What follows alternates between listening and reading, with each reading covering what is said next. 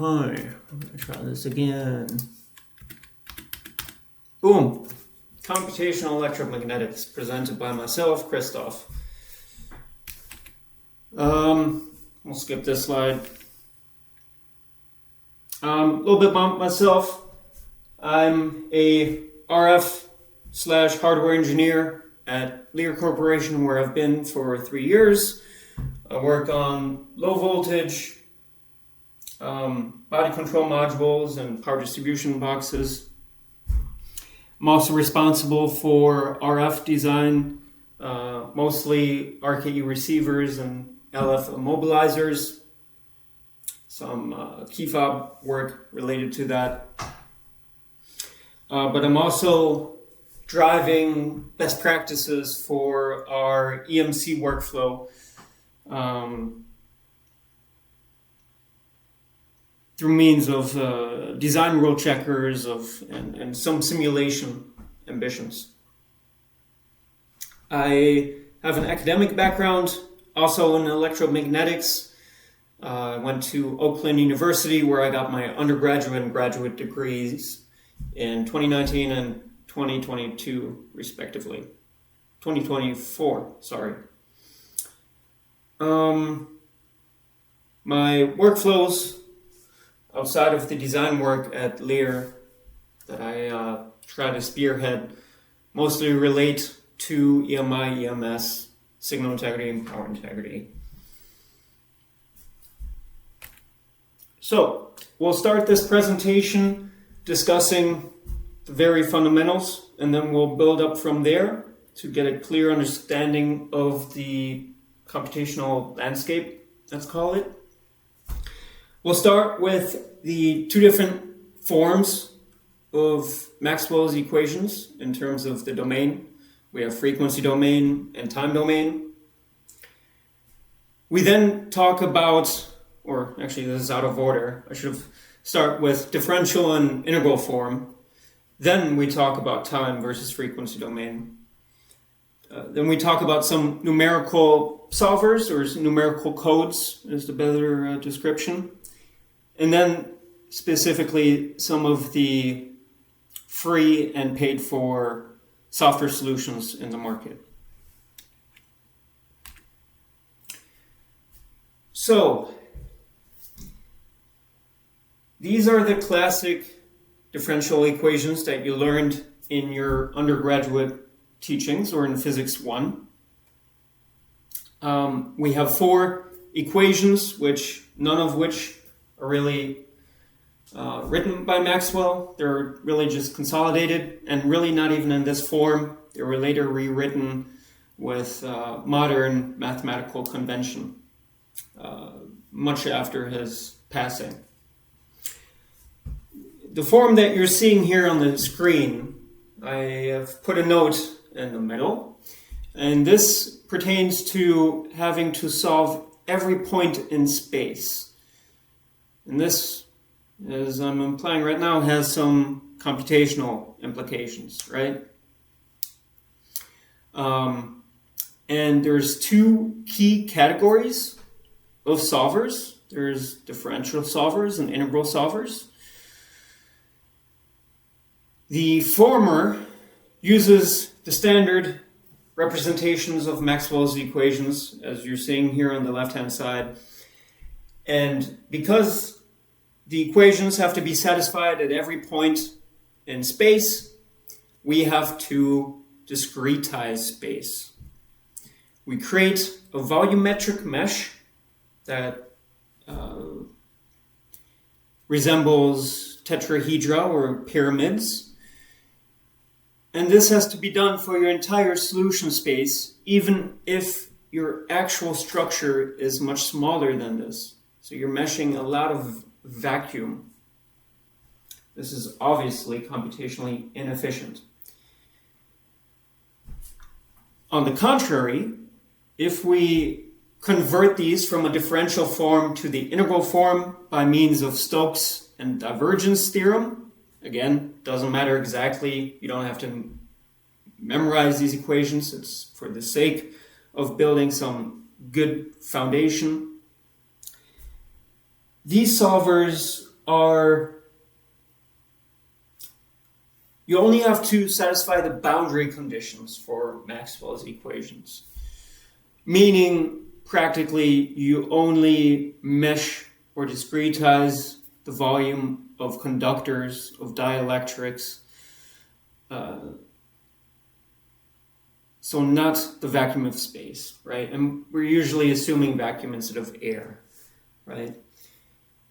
So your number of mesh elements dramatically goes down if you're considering, right, apples to apples. The size of the mesh itself is usually, right, you have to have it small enough to resolute the features of your geometry, but also you have to resolve the phase progression of your highest frequency, meaning that one wavelength, you'll have to at least create 10 different measurement points or mesh elements to accurately represent the equations or reach convergence. There is, right, this intuitive trade-off. Well, not quite a trade-off yet. There is a trade-off coming. There is an inherent, right, obvious benefit to just applying the integral form everywhere and only considering the boundary conditions. Although this is very efficient in practice, the problem with this is when you actually go to apply Maxwell's equations and solve for your target, whatever, the matrices are dense, meaning most values are non-zero. So when you do the cross product or the dot product, right, on the left-hand side, you end up doing a lot of mathematical operations which take a lot of memory, floating point operations, right? Whereas on the other hand, the differential form, it creates sparse matrices. And the way to interpret this is that for a differential form solution, you only care about adjacent points, right, of the mesh. They only relate to adjacents because you're solving it globally. Whereas the integral form, because you've truncated the domain to just the boundaries, every mesh element relates to every other single one. Hence the dense matrix.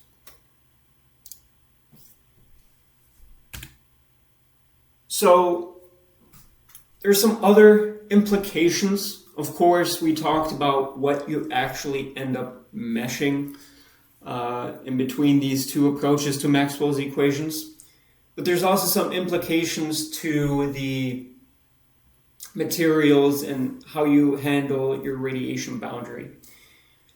For materials, because of how volumes are not considered for both conductors and insulators or dielectrics, it has to assume through some assumptions that it's making under the hood that dielectrics are uniform, both in material composition and in structure. So it's very good at modeling slabs of dielectric. For example, like a PCB, you get isola FR4 as sandwiched, right, between plates of copper. But as soon as you have some arbitrary non-planar geometry, 3D, this breaks down. The assumptions of the Maxwell's equations breaks down, practically speaking. You can overcome this in... actually, let me make a different point first. For the material properties, they have to be homogeneous. Yes. So you can't have a gradient, right, or complex dielectrics. not complex in the epsilon or relative primitivity sense, but in the shape of it and the material composition, right, as you move from one end to the other, for example, of the material. On the other hand, if you're meshing volume, you can do this and no issues. There's really no restrictions. And yeah. For the boundary conditions, because a differential solver is a volumetric mesh, it needs to know where to stop. So if you don't define the solution space radiation boundary or boundary conditions, right, in most cases, if we're modeling an anechoic chamber or similar or an open region, we'd want to use a perfectly matched layer, which absorbs all of the incoming energy, reflects none of it, similar to the purpose of EMC anechoic foam. So this must be defined. It's straightforward, but it's something that is not needed for integral solutions. Because unless there is a surface there, which in an open region there isn't, you're not meshing anything. So it's implied. We'll talk about some of the best 4 examples a bit more later, practically speaking, for EMC. But a differential form is, as I've alluded to, complex 3D. So this would be heat sinks, enclosures,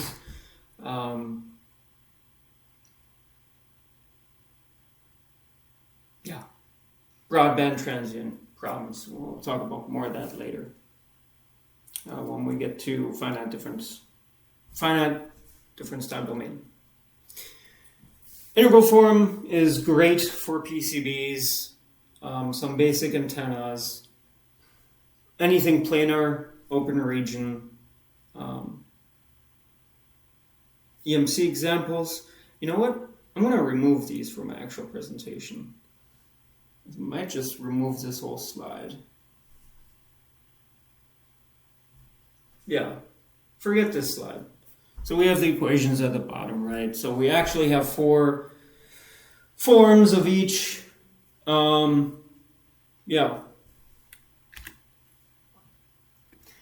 So now finally we have the time and frequency domain representations of both the differential and integral forms, as I was showing here on the last slide. So I'll keep that slide actually. Bada bing, bada boom. So the differential form, actually both forms come in the literature, right, in mathematics. There's both the time domain and the frequency domain equations. So they exist academically. However, in practice, because of just computational expense, the integral form pretty much is strictly, not pretty much, it is strictly in the frequency domain, as far as I've seen. Whereas the differential form is also mostly the frequency domain. Actually, let me also say, most solvers are integral form solvers.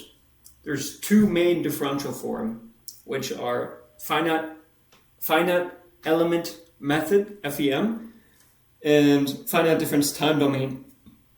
And these are 2 special ones because FEM, right, like most other ones, is frequency domain, but it's a differential form representation of Maxwell's equations. And then finite difference time domain is completely different than all the other ones because it's differential form and it's a time domain solution. So that's really the odd one out.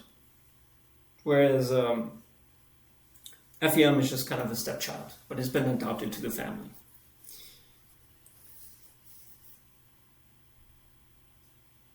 For simplicity, time domain is what you get on an oscilloscope. Frequency domain is what you get on a spectrum analyzer from a FFT plot.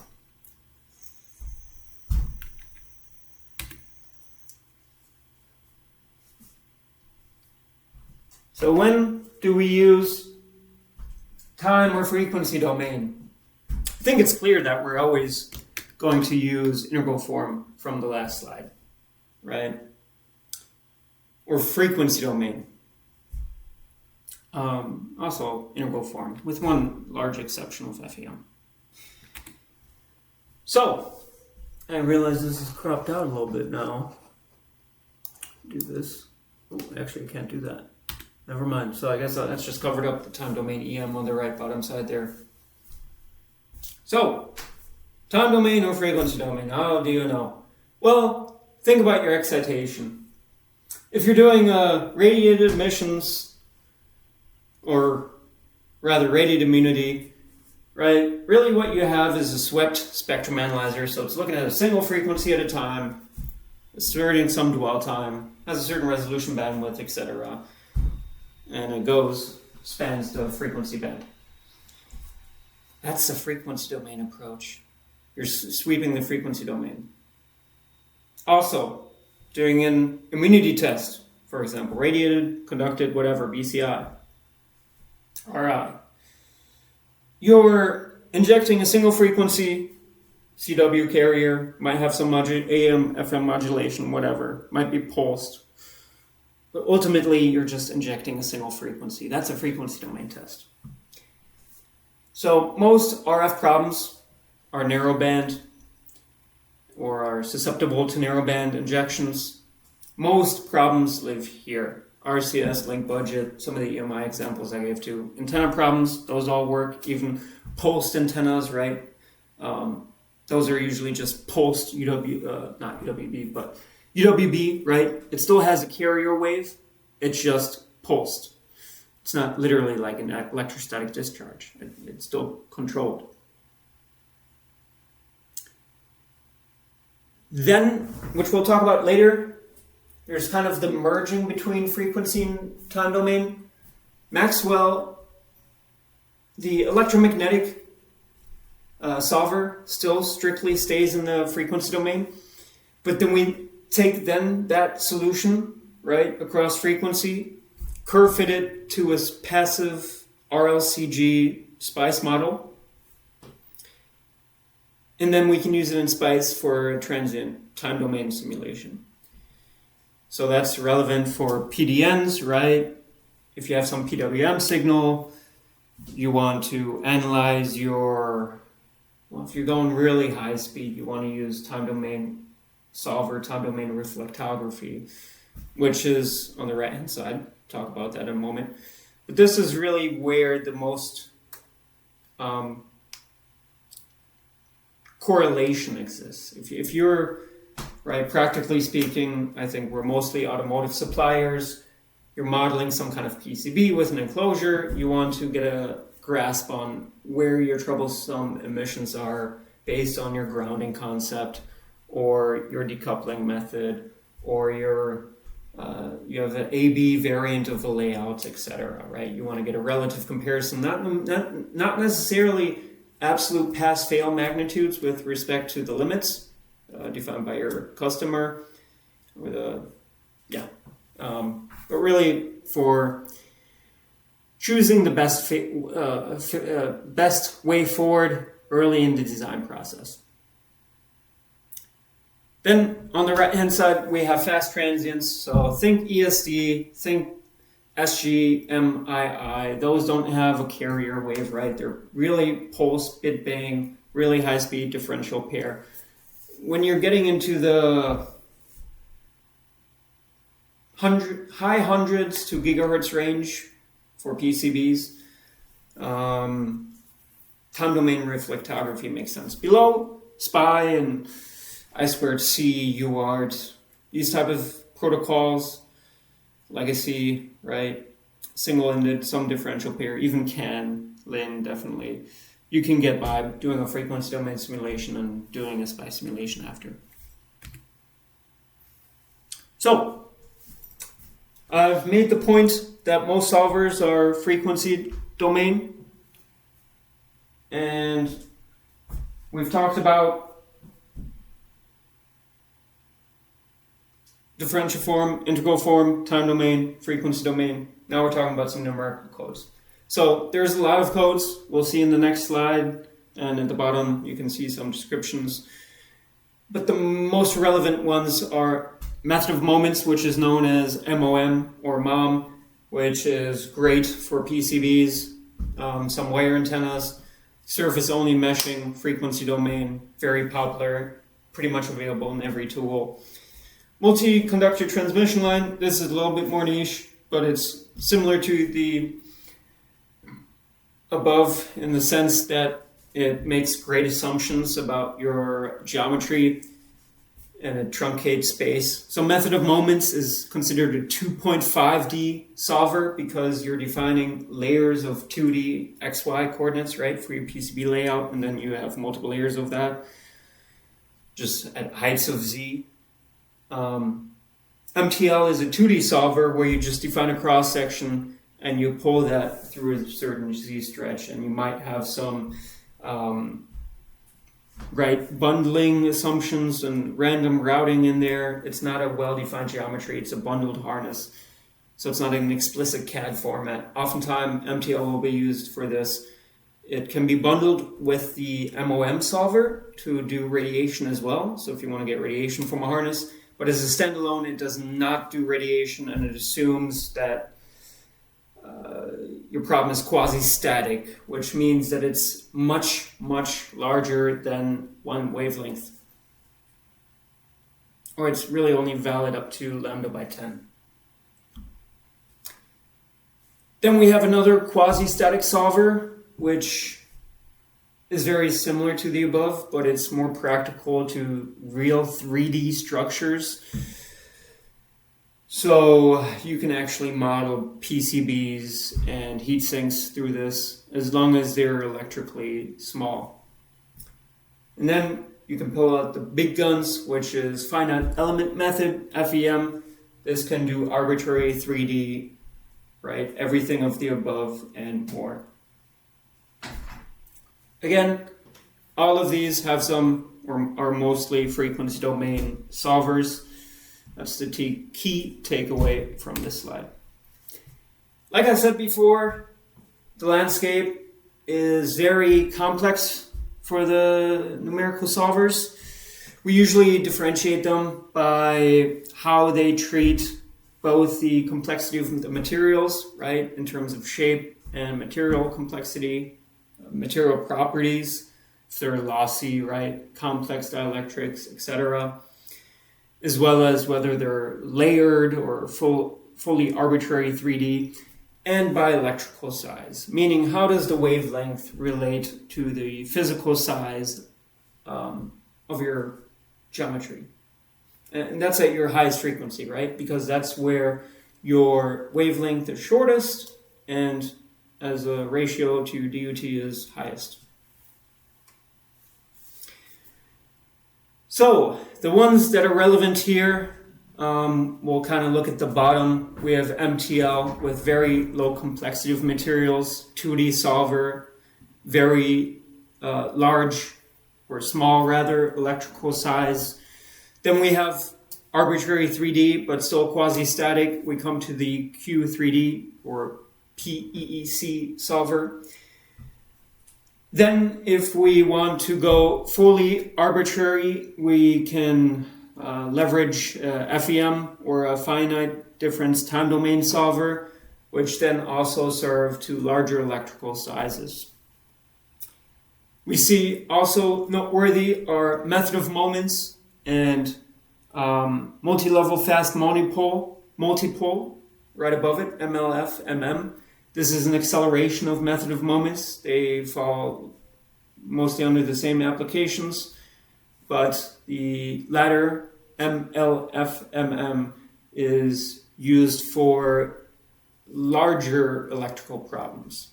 So we're talking army installations, link budgets, and then ultimately we come to the analysis of RCS for naval ships and whatnot.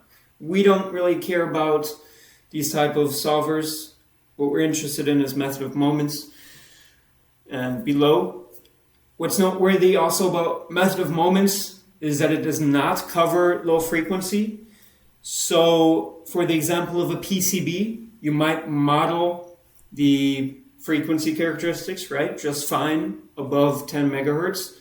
But as you come down to the DC point to do your time domain simulation, because you need your steady state condition,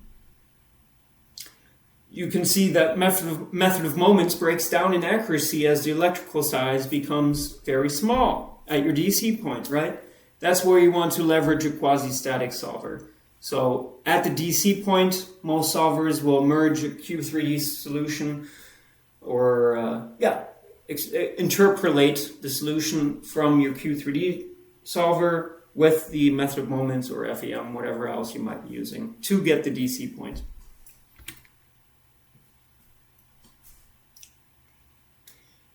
So the previous chart kind of implied, right, through the explanation also, I think it's clear. I think we'll go over this quickly, but based on the complexity of the geometry, whether it's 3D, arbitrary, planar, or really just a cross-section, as well as the electrical size, how to solve or how to pick our solver. So if it's arbitrary 3D, electrically large, we can use FEM or finite difference time domain. Method of moments also works. If it's electrically small, we might want to use a quasi-static solver, such as partial element equivalent circuits or quasi-static 3D. For the example of a PCB, this will be your DC point, as well as stitching via still at high frequencies. That is true for various reasons. One, frequency. Two is it breaks the assumptions of the Q3D or the MOM solver. It's strictly good at planar geometries. As soon as you break that condition by stitching something in the orthogonal plane or the orthogonal axis of the plane, you have to truncate that domain, and we do that through Q3D or PEC. Resolving that stitching via through method of moments can resolve some non-physical S parameters. So you'll get causality, passivity, violations, etc. If you have a planar geometry, basic PCB, no large SMT components or complex 3D heatsink, method of moments, blend it with quasi-static solvers, as I've explained. But if you introduce some electrically small heatsink, if it's electrically large, you could probably get away with Q3D. If it's electrically small, you'll want to use a volumetric mesh, such as finite element method. Most cases, still not finite difference time domain, unless, right, the explicit examples we talked about before, we won't talk about it again. For a harness bundle, multi-conductor transmission line. I've been doing a lot of research on multi-layer ceramic capacitors, so I misspoke. So we talked about this. However, if you have a very simple harness, you can still get away with method of moments. If you're modeling it with a complex EMC setup, you probably want to use FEM, right? Ground plane, 3D antenna, and plus then you can really handle the full domain. We won't get into that too, but yeah, let me not get in the weeds of that, but yeah. So we've covered this, method of moments. We've covered the strengths and the limitations in previous slides, so this is a summary. We'll talk about the strengths. For method of moments, no volumetric mesh, right? Only your boundary conditions. It's perfect for PCBs, wire structures. You don't have to model the boundary conditions for your radiation boundary, so that's no-brainer. That's nice. Finite element method, you can basically solve anything. It's excellent for large problems. So if you're modeling really a lot of mesh elements, you want to use FEM. If you're still managing your mesh elements, I can't give a good sense of scale, but if you're in the order of tens of gigabytes, you probably want to use the FEM solver. Quasi-static, extremely fast, great for PCB vias, bus bars, bond wires, if you're getting to that minute of detail. And it's interesting because it's actually a direct native SPICE output. Every other solver, every solver that does radiation, I'm thinking of this now, so checking myself, but pretty much natively every solver uses a format called Touchstone, and then later those are curve-fit to SPICE. Peak and Q3D are the two that stand out that natively can output SPICE, or actually natively solve for SPICE. So we've finished talking about some of the numerical codes. We'll apply some in a moment, but before then I want to talk about some of the software solutions. The one I'll be demonstrating, and pretty much the gold standard, they have market dominance, is ANSYS with their PRIAM portfolio, notably HFSS from Electronics Desktop, as well as SI-Wave. Of course, within HFSS, we have more than just HFSS. We have Maxwell, we have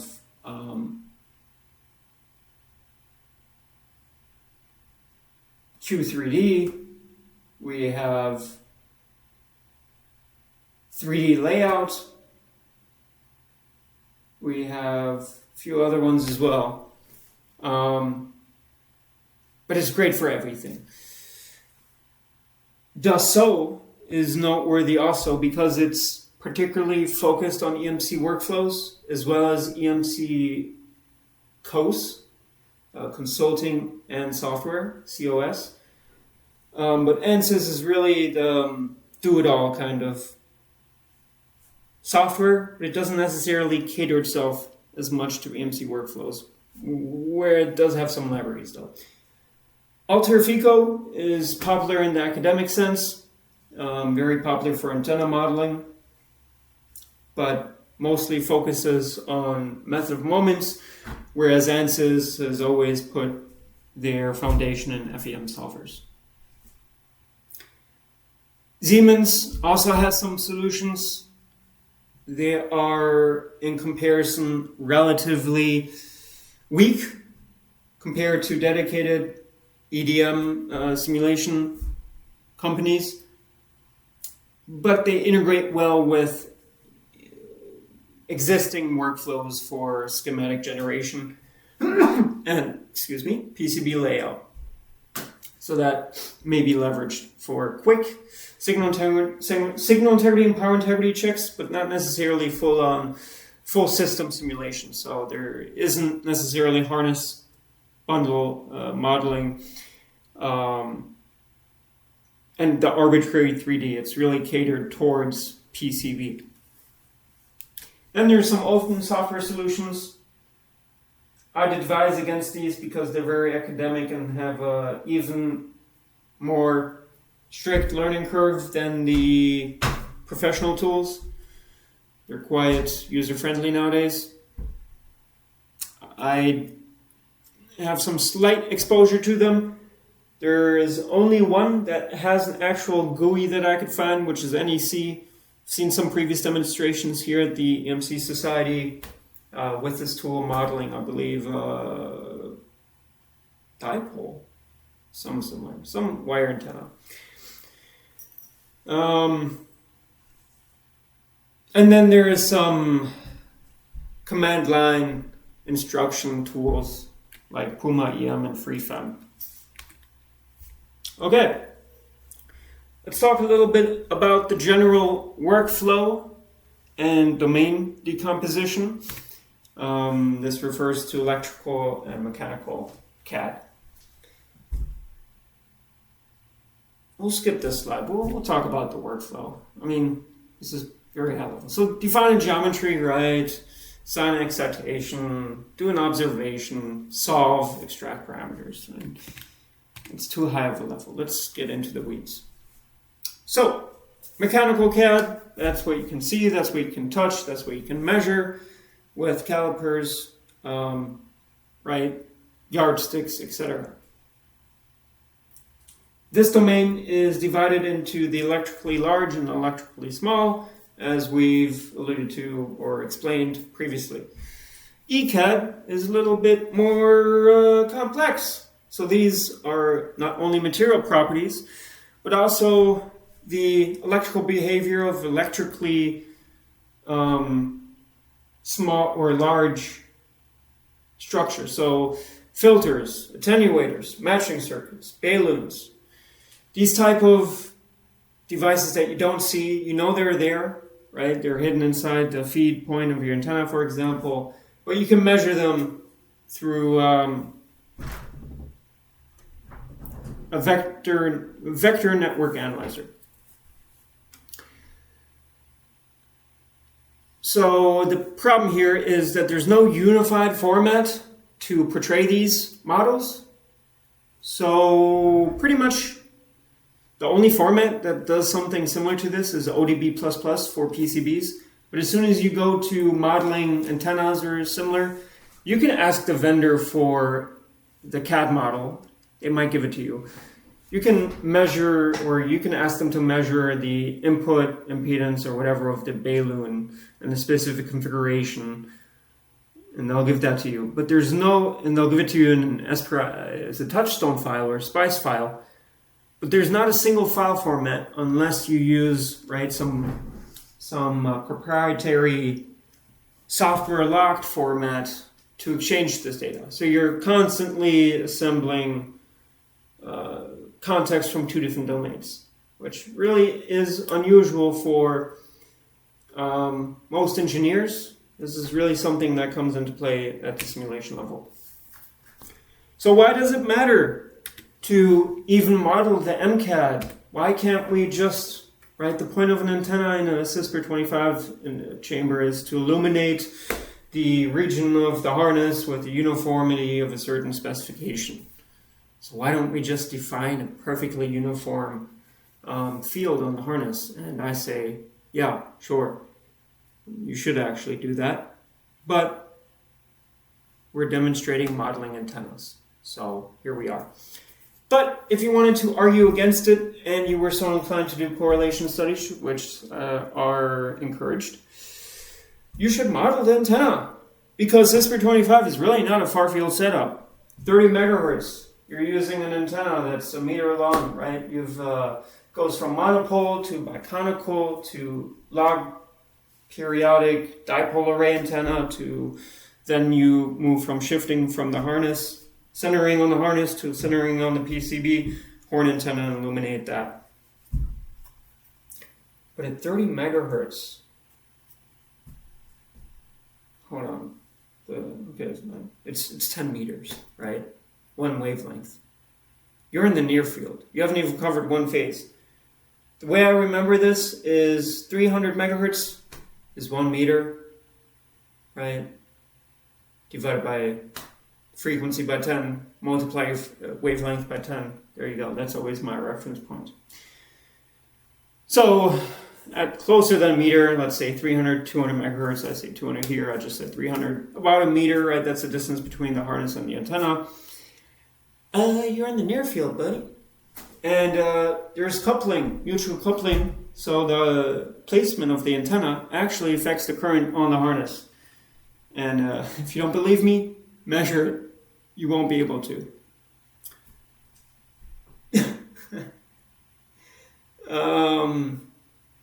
Yeah, and then above a certain frequency, right, it doesn't matter.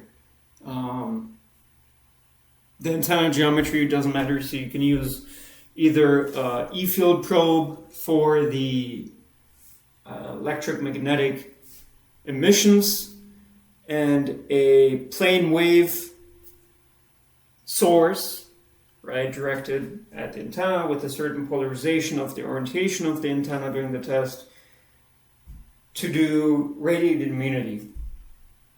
But you can also use some antenna that is random.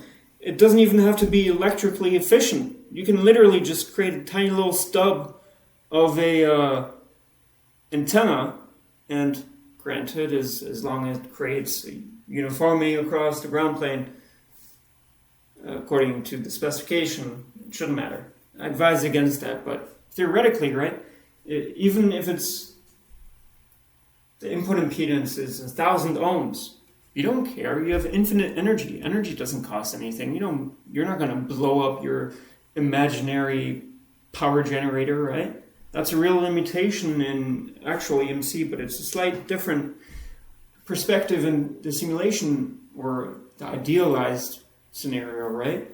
And the same goes for not only power delivery, but also your noise floor. So you often only need very little power to resolve something. So now we've talked about the workflow, a little bit, some of the implications. We'll talk about a step-by-step walkthrough, all right? HFSS. So that's why I skipped, or why I was so insistent on being quick with it. Earlier when we had the 4 steps, here we go much better with the 6 steps. So first, geometry, MCAD, right? Just that. Try to be clever about it. We're going to be modeling a biconical antenna today.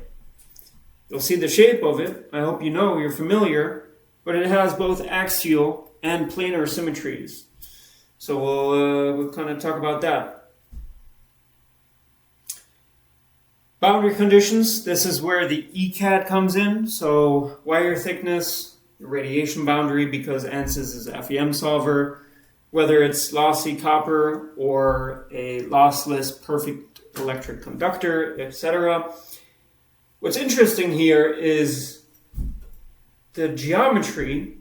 If you're importing CAD that wasn't intended for electromagnetic simulation and maybe was done for some other simulation, so it's maybe already meshed, chances are that you have, if the material has a certain thickness, you'll actually have an outer layer and an inner layer, and then a space in between. That's a problem for electromagnetics, because then you're only considering the skin effect at high frequency. Everything inside, the ohmic losses are no longer considered. They're all concentrated in the surface. The solution will be completely off. So what we do is we define an infinitesimally thin wire or surface, and we assign a thickness to it, growing it, instead of defining just the boundaries. And we do this both for FEM, or we do this both for integral and differential form solvers. Then we define an excitation. This generally consists of a voltage port. It's defined between the feed and a reference, very similar to a coaxial feed. It's usually a unbalanced feed, so it's injecting a signal to the positive. Observation can be made on the port itself, or it could be an E-field probe elsewhere, another port, or even a far-field observation, near-field observation. There's a lot of different forms. We'll be doing S parameters at the port and some far-field radiation patterns today.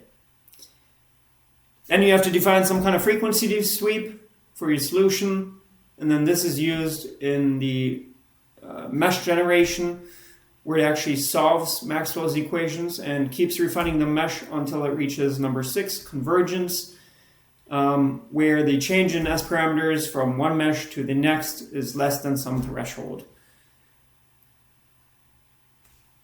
And there's some checks that are always best practice, and if these checks fail, you'll want to enforce them, particularly passivity and causality. There's also reciprocity or symmetry. These are usually not violated, where passivity is very common, causality is also, but Causality is more troublesome when it does happen. There's tricks for both. We'll talk about it a little bit, but there's a lot of trial and error when it comes to this. So here's the geometry we'll be modeling. It's a bicone, right? So you can imagine a cone. It's broken up into wires. If you keep reducing the wire count, you end up with eventually just 8 of them. And it's like a dipole, but it has a much more broadband coverage. So we modeled the geometry from the ground up by referencing the origin and placing the most simple geometry we can start with. In this case, it's just a single leg of the rotary cone. So if we can measure this, which is trivial, we can place it on the x-axis and rotate it around the x-axis and create 8 identical copies, or 6 at 6 degrees each, and then place additional rods at the 2 ends to later, when we assign thickness, have them intersect, and then do a Boolean operation. So, like I've described, we modeled an infinitesimally thin wire. We then have to assign some thickness to it, give it some shape assumption. It can be made perfectly circular. In this case, we've chosen 6 sides to the wire itself, or a number of segments, they refer to it.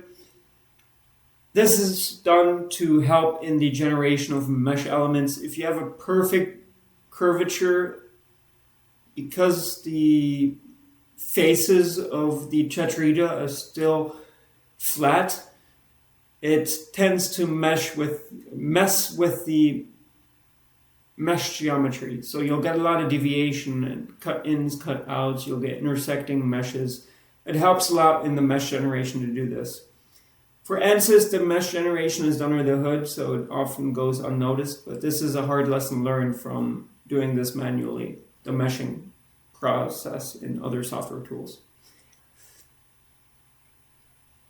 And of course, assigning thickness, right? We kind of talked about this earlier, skin effect, and getting accurate current distribution if you care about that, which if you're an RF engineer, you do. Once you've created the full 3D geometry, you'll want to select all, create a Boolean union, Boolean operation, make it all into one both mechanical and electrically connected body. If something is mechanically touching, does not mean it's electrically connected. And then we can mirror the geometry across the plane of symmetry on the ZY axis. We'll want to leave a little gap in between for the feed structure, which we'll talk about next. But before then, a little bit more straightforward is the radiation boundary, which emulates the anechoic foam. This is a simple box with some padding of lambda by 4 around your geometry at the lowest frequency. In this case, we've emulated the chamber size of the CISPR 25 setup.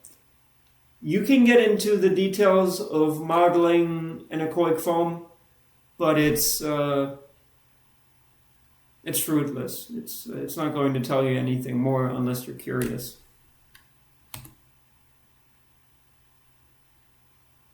And sourcing the material properties for that is not so easy. So here we assign the actual material properties for the antenna. In this case, it's simply copper, where it's usually best practice to start with perfect electric conductor, but in this case, our solution space is so small and our frequency is so low that I don't care about sacrificing 7 minutes and not getting a convergence. If you're submitting a job and you know it's going to take hours and hours, or maybe an hour or two, submitting first a limited frequency run and assuming some lossless material properties can help you verify the mesh and give you, right, you can inspect whether the results give the reasonable answers. They don't have to be accurate, but at least a DC transmission coefficient of the bus bar is 0. You know that it's not shorted to ground or an open. So the port structure, we're using terminal ports. There's also modal ports and also waveguide ports where you just have an incident wave. These are the most simple and relevant for EMC. You were usually not designing waveguides as automotive electronics engineers. But like I said before, these have to be between two conductors, a reference, and a feed or a excited geometry. These ports come with an impedance, typically 50 ohms for most structures. Once you get to some low impedance power distribution networks, like on a PCB, this would change to 0.01. But even if your input impedance, like a differential period, is 200 ohms, 50 ohms is reasonable enough. It won't give you that great of a mismatch.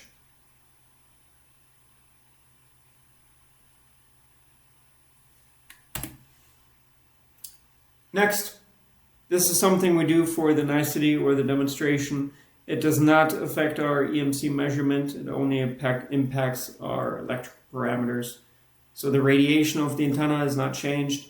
It's only the power or the noise floor that we need to achieve for radiated emissions, or the VSWR, we need to input significant power for our radiated emissions. But because we're not bounded by costs, of power of electricity or heat of thermals, in the same sense that laboratories are in simulation, we really don't care about electrical mismatch. We can just keep jamming more power into it.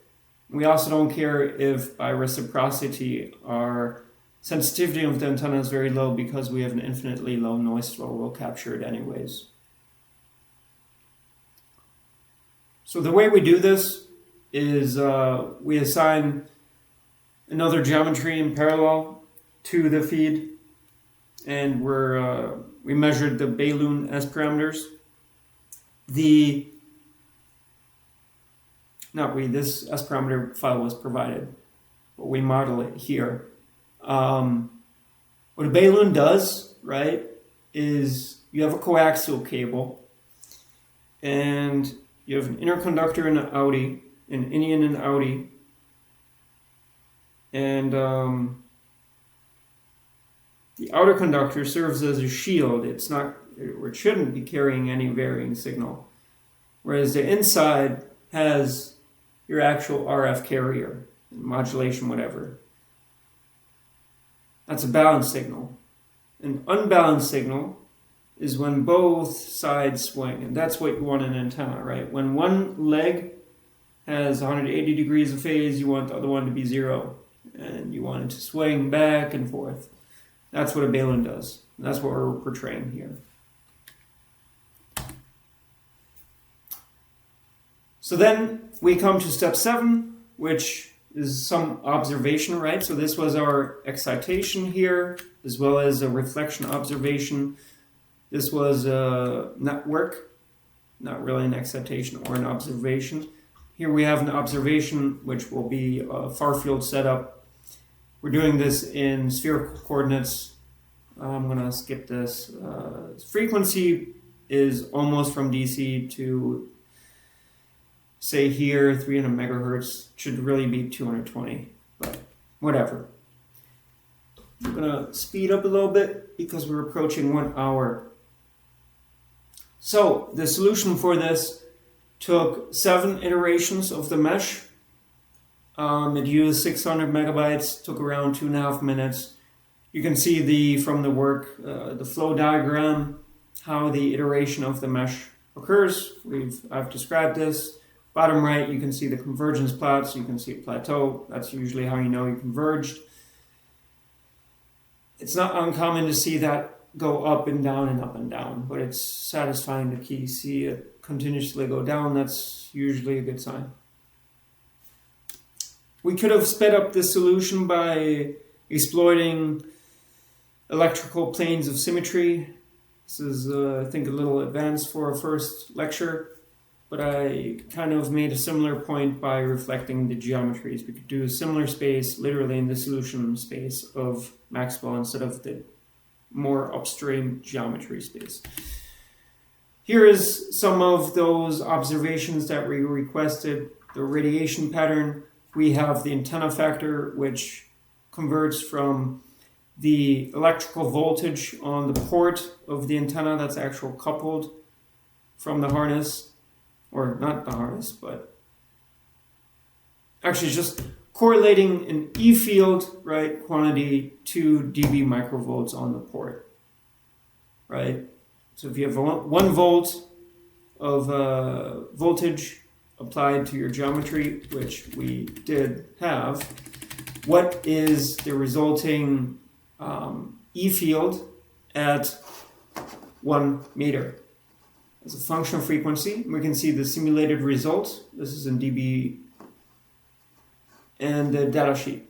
You can see within 6 dB correlation, 50% accuracy. Here we have the radiation pattern. It's exactly what we expect, donut shape, roughly from 30 to 250, 280 megahertz. Here are some of the electrical parameters from the port that we find. We have the radiation, well actually first radiation patterns, directivity, efficiency, and gain. Then we have electrical parameters, the input impedance. We have a minimum frequency at resonance, or a minimum input impedance of 25 ohms at the resonance, right around, what is that, 70 megahertz, 69, nice. And then we have the VSWR, the voltage standing wave ratio, which is an expression of how much reflections you have, how good of an impedance match do you have between 50 ohms, right? 50 ohm cable going to 50 ohm antenna. I just said it's 25 ohms here, so that's a VSWR of roughly 2. We can see that here. But it's actually much better matched in simulation than it is in the data sheet. Suspect that's because of some near-field coupling to ground plane causing some imbalance. But I don't have any pictures of their test setup, so I just have this curve. Now, modeling an antenna is not very useful unless you're designing an antenna, which you're not for EMC. You want to leverage the antenna to measure some kind of signature, EMI signature or EMS signature. So we have our typical CISPR 25 setup. Consists of an antenna for the radiated emissions version. I've mentioned the various antenna. In this case, we're interested in the biconical. We can see that there is a harness, 2 meters of length on the ground plane, certain distance from the edge, certain distance above the ground plane. It feeds between the line impedance stabilization network, which is basically a power supply, a battery, automotive battery, going to your device under test, whether it may be a bus bar or a PCB, right, whatever. We've made some simplifications to this model. Example, the chamber walls are absent. These are instead a perfectly matched layer to absorb all energy. So it's an absorber on steroids. Then we have an infinitely large ground plane, which is ideally what we'd all want, right? An open test site, but we all can't afford it because land ain't free. But we can afford. Land is free and computational, especially if it's infinite, because then you don't have to mesh it. And the styrofoam, the pink, and the wood, slightly off pink. It's not real, man. That's just for visualization. It's actually just vacuum. And then there's some other stuff. I am considering copper and PVC dielectric for insulation of the conductors. But all my 5 wires are perfectly parallel. Sorry. Excuse me. And they bend with perfect 90 degrees. So I made some further assumptions there due to my lack of CAD modeling abilities. The reason why I went for 5 wires was to portray a power and ground pair power bundle. Single-ended wire, LIN for example, and then a differential pair, non-twisted. A little bit like a very poor CAN harness. So because we're now modeling the DUT, and the DUT probably has some PWM signals, like not necessarily PWM, but square wave signals like LIN or CAN, we want to portray the DC point and really portray also the late time response at low frequency.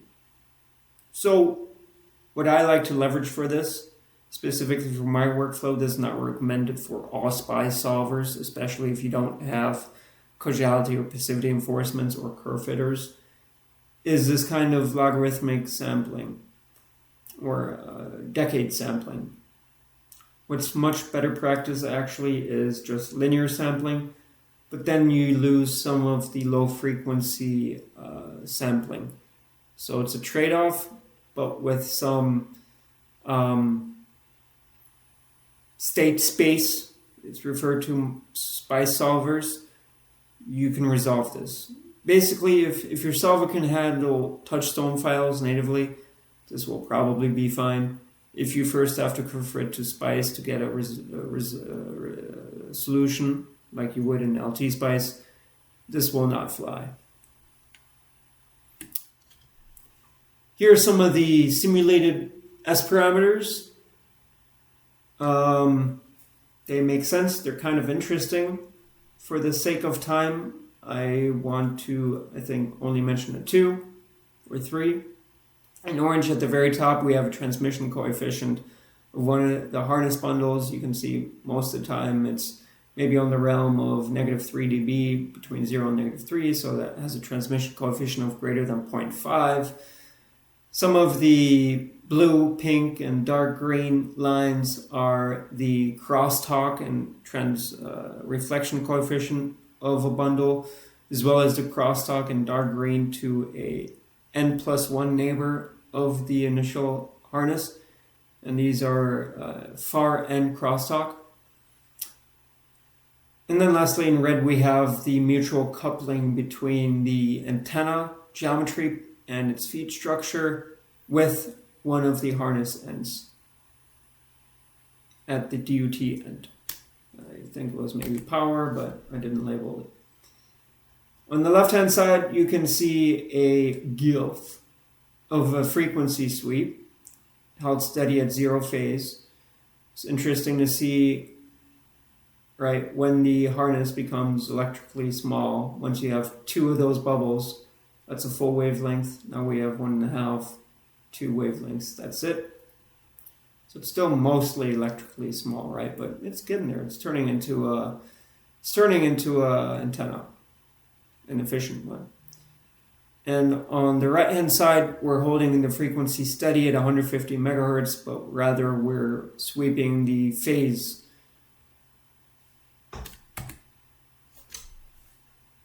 On the left-hand side, I'm showing the coupling coefficient between the antenna port and various ends of the harness.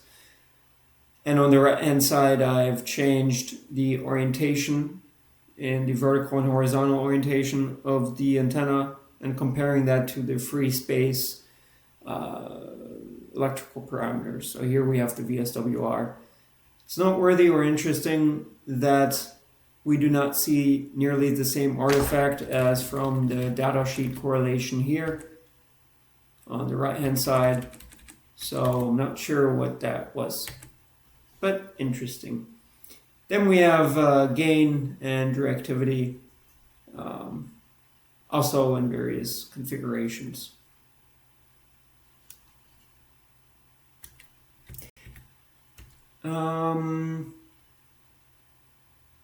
Not sure how I solved this. I don't mean that in the way that it sounds, but I don't remember if I defined a point for this or a surface, but regardless, I don't think it should matter for the E-field observation. So a critical point here is, I've made the point that an EM solver natively works in touchstone files, right? These have certain limitations. They have to be linear and passive. Their frequency domain description of parts, right? Can't be switching behavior. Whereas SPICE can do all of that, like diodes, MOSFETs, LEDs, etc., regulators, switching components, right? Active components. But there is a way to go from touchstone to SPICE. And SPICE to touchstone, as long as it's linear, passive, a frequency domain description of a part, like a passive, right? Resistor, inductor, capacitor. Or a PCB just by itself. No assembly, right? And then we can use this SPICE netlist of whatever we solved in EM, which might be the CISPR 25 setup. We might do another solution of our PCB and model all the components on it, model all the sources on it, cascade the PCB with the simulation model that we just made, and predict some EMC. Of course, or unfortunately, I can't demonstrate the PCB because that's always confidential information, whereas the test setup is publicly available. So what that looks like is you have your generated S parameters. Those will be represented as a touchstone file, which is literally just a lookup table, and defines some base assumptions like the input impedance. Most tools, ANSYS, I'm showing here, have export options in which you can first check causality as well as passivity. And then if they fail, you can enforce them and then curve fit your model with a certain number error. As a lib file, as a circuit file, whatever your circuit solver may be, it will be compatible. In this case, LT-SPICE. ANSYS also provides some circuit blocks for this listen you can see. Of course, you can model this, right? 5 microhenry capacitor, like a 0.1 microfarad decoupling capacitor, bypass capacitor. I've seen some equivalent circuits, and you can represent that. But what's nice about this is that they actually have some filters. I don't show that here. But essentially what you do, right, is you bring this S parameter block into your SPICE circuit, assign your time domain simulation sources, your simulation setup, your time step, etc. Your observation, in this case, port points on the biconical antenna and on the listen port. Here I've defined, for the sake of demonstration,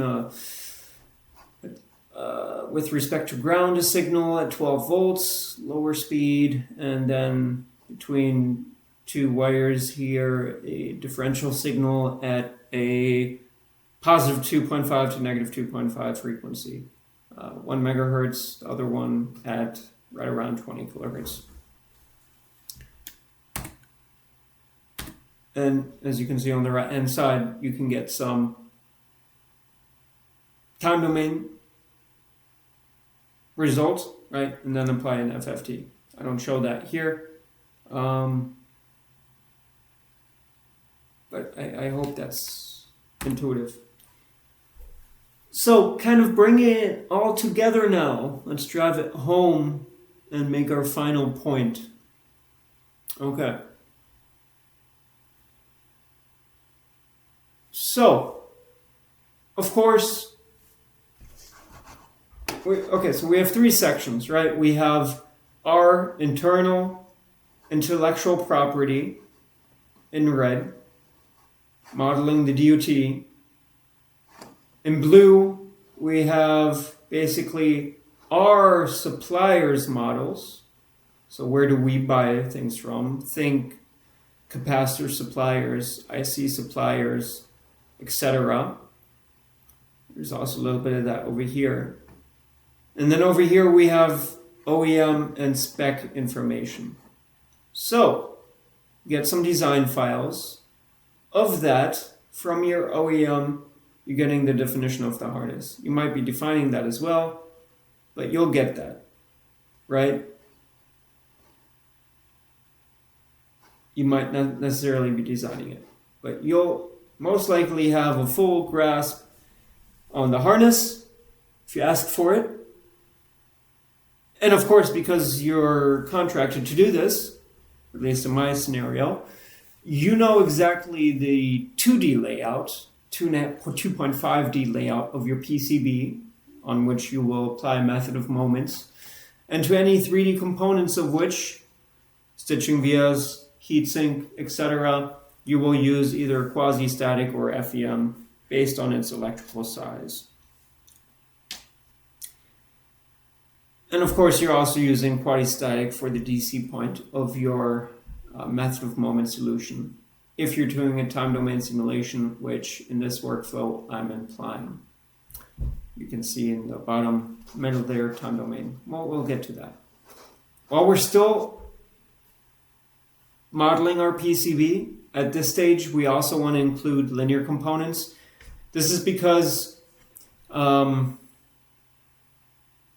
we can. I mean, unless you want to optimize those components, which you might for some decoupling capacitors, because touchstone files can handle linear files. And think about it, if you just have 50 components, which is not that complicated of a BOM, you already have 100 ports and 100 terminals on a schematical block. It's going to get very complex. I mean, some ICs have like 100 pins, but it's not going to be fun. And that can very quickly become hundreds and hundreds. So you really want to consolidate. If you're sure that part number is not going to change, or at least the value of it is not going to change, lock it in at this step and don't export it as a port and then later associate it in SPICE. Do it right now. What you do have to do in SPICE is write diodes, sources, this type of stuff. But everything passive linear can be in the modeling the DUT step. In the modeling the test step, we talked about the cross section of the harness. Of course, also from the specification document, CISPR 25, whatever it may be, you'll have your 3D CAD of the test setup. Maybe not necessarily an antenna, but you can get this from data sheets from various vendors. ETS Lindgren is the one I referenced for mine. So I just went to my EMC chamber, right? Could have taken measurements with a caliper, but I just looked up the data sheet for the make model, found drawings easily. No CAD geometry 3, but 2D cross-sectional drawings from various perspectives. So then, right, you're doing both of these solutions. Up here, method of moments based, down here, FEM based, with some hybrid solutions on both. You're doing this in the frequency domain. You end up getting touchstone files for both. That's what this hand represents. This scroll represents SPICE files, so netlist, touchstone, yeah. So you end up curve fitting, right, these again. So it's if you look at it like this way, it's SPICE, touchstone, SPICE again. So now we're in a netlist, and this is where we apply our excitation, our listen, our supplier A of our inductor, our supplier B of our capacitors, etc., etc. There is another file format named IBIS, IBIS. This is used for complex logic gates and whatnot. It's different from touchstone and SPICE, but it's relevant for if you have really high pin count or complex devices. And right? The time domain, the SPICE will be a time domain simulation, and then you're applying an FFT to get your frequency domain content again. You end up in the frequency domain again. So you're doing a lot of back and forth to make this happen. But this back and forth is not the issue. The mathematics are very, very well understood. So, and you know your intellectual property. So you know your PCB layout, you know your trace routing, you know your stack up, you know how things connect, you know your shielding strategy, you know your enclosure CAD, you know your harness, you know its bundling, you know all the cross section, you know the terminals, you have the CAD for it. You have your antenna set up, you have its patterns, you have its line impedance stabilization network, you have everything A to Z, but the shortcoming is on what's actually in your BOM, right? Populated in your PCB. The components. The actual freaking our suppliers, right? As automotive suppliers, our tier 2 suppliers are the one that's lacking. So a lot of time what happens is you'll get asked to do a simulation. The first step is to look at the BOM. You'll search up a certain vendor. You'll figure out that they have a simulation library. Great. You'll look up the part number. You'll find that that specific make doesn't exist. So you'll start using some wildcards and you'll end up using the S parameters from maybe the commercial industry part or the medical industry part, which is fine. They have the same S parameters. They're qualified in a different method. They have the same electrical characteristics. But this takes time. And sometimes you can't even find it from that vendor.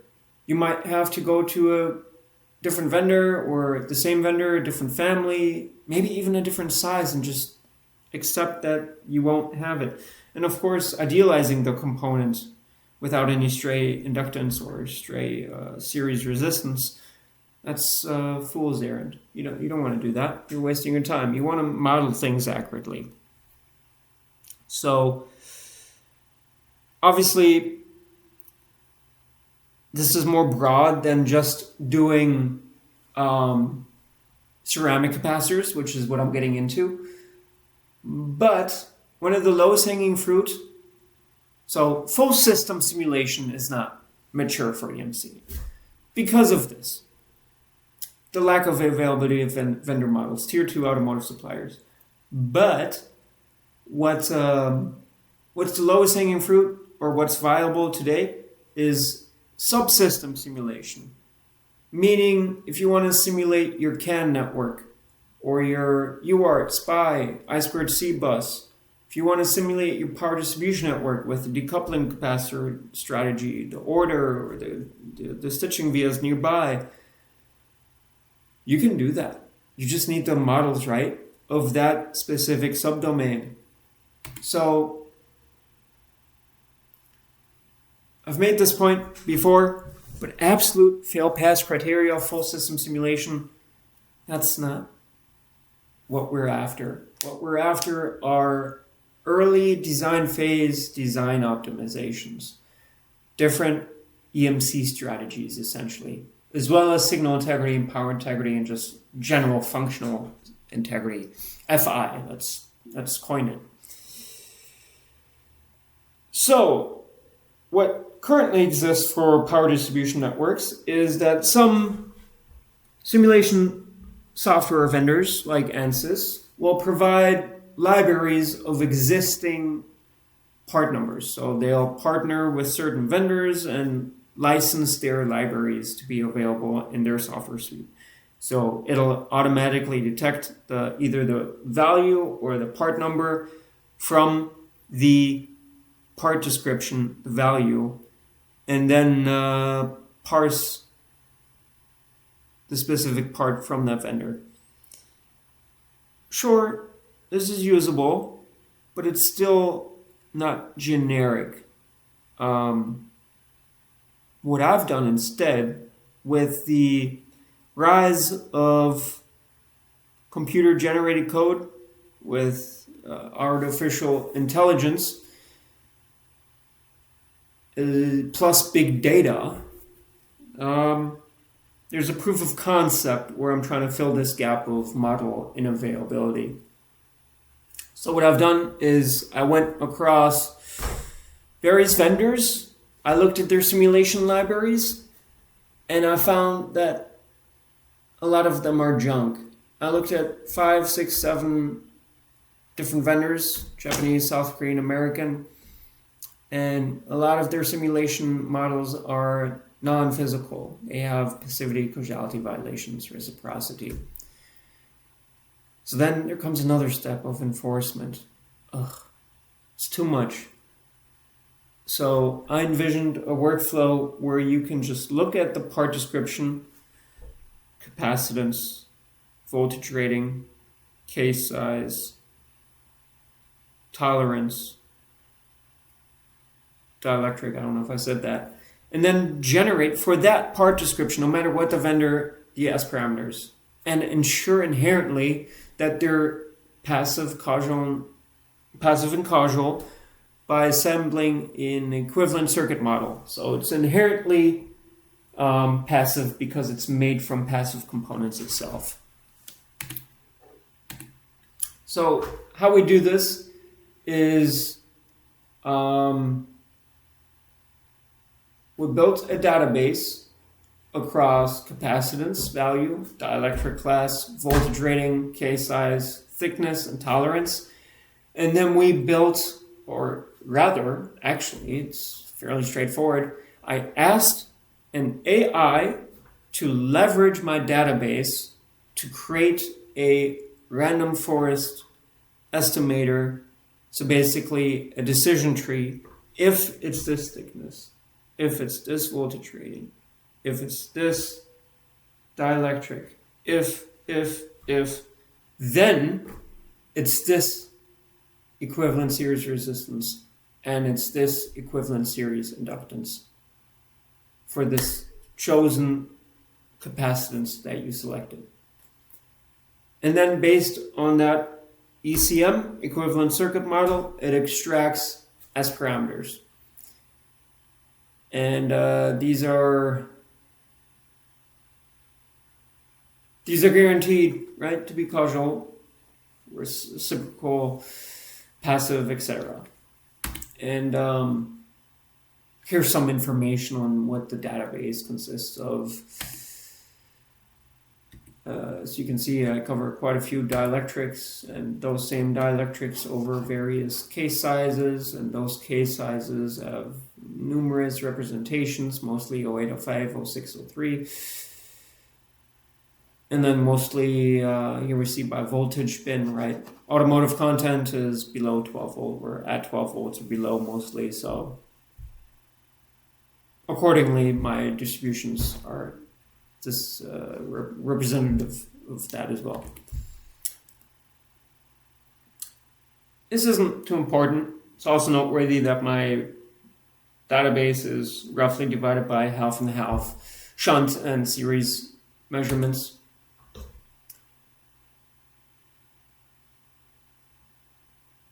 I'm going to skip this slide.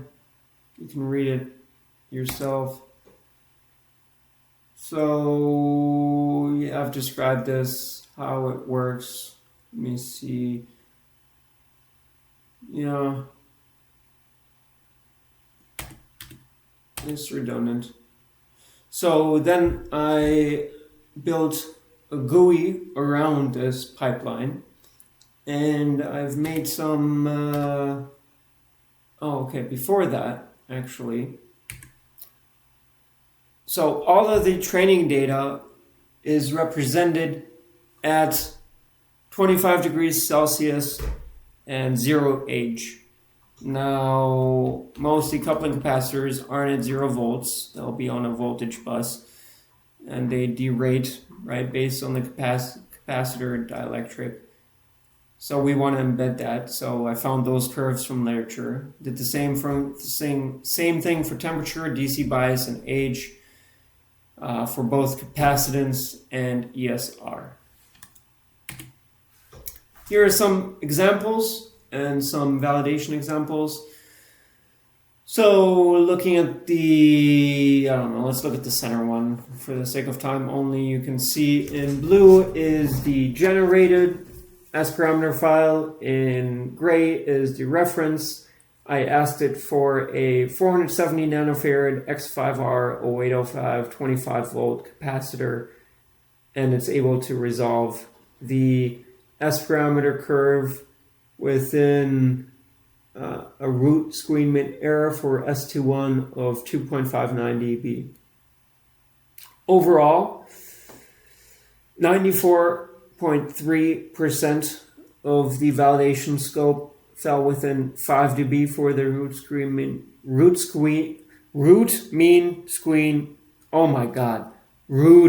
mean square error. Almost said it wrong again. And roughly, I guess two standard deviations, I think, are within 1 dB.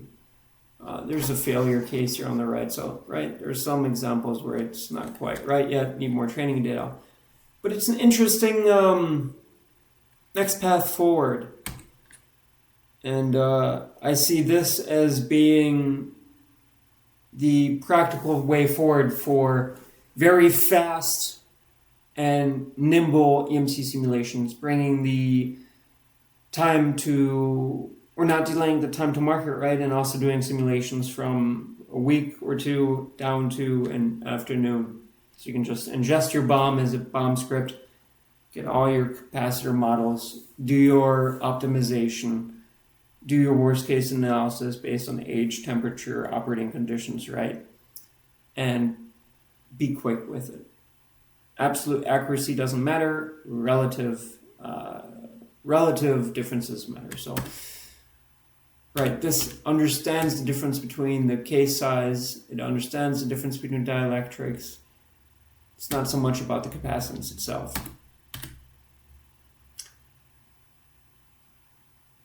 So, how to expand this in the future? You could do other passive components. You could do a SPICE export to then do LT SPICE simulation with these touchstone models. You could define single layer capacitors, aluminum, tantalum, film capacitors, etc. You could include other geometries, reverse geometry, etc. I don't know why I'm flashing my knee here. But there's a lot you can do. So that's it for today. I want to thank everyone for watching this 1.5 hour rambling about electromagnetics compatibility. I hope that you learned something, and thank you for watching once again.